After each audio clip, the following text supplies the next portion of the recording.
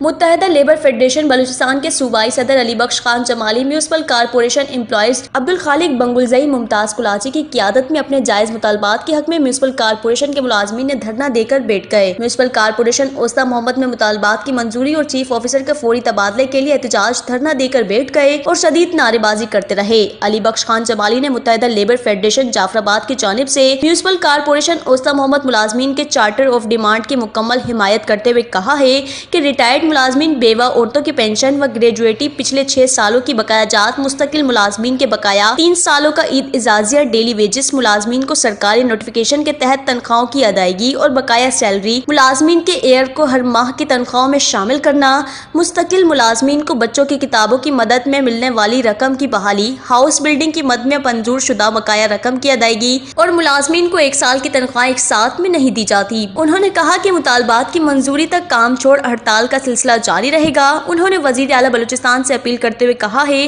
کہ شہر کو صاف رکھنے والے ملازمین فاقہ کشی کی زندگی بسر کر رہے ہیں، ہمارے جائز مطالبات تسلیم کر کے ہمیں حق دیا جائے۔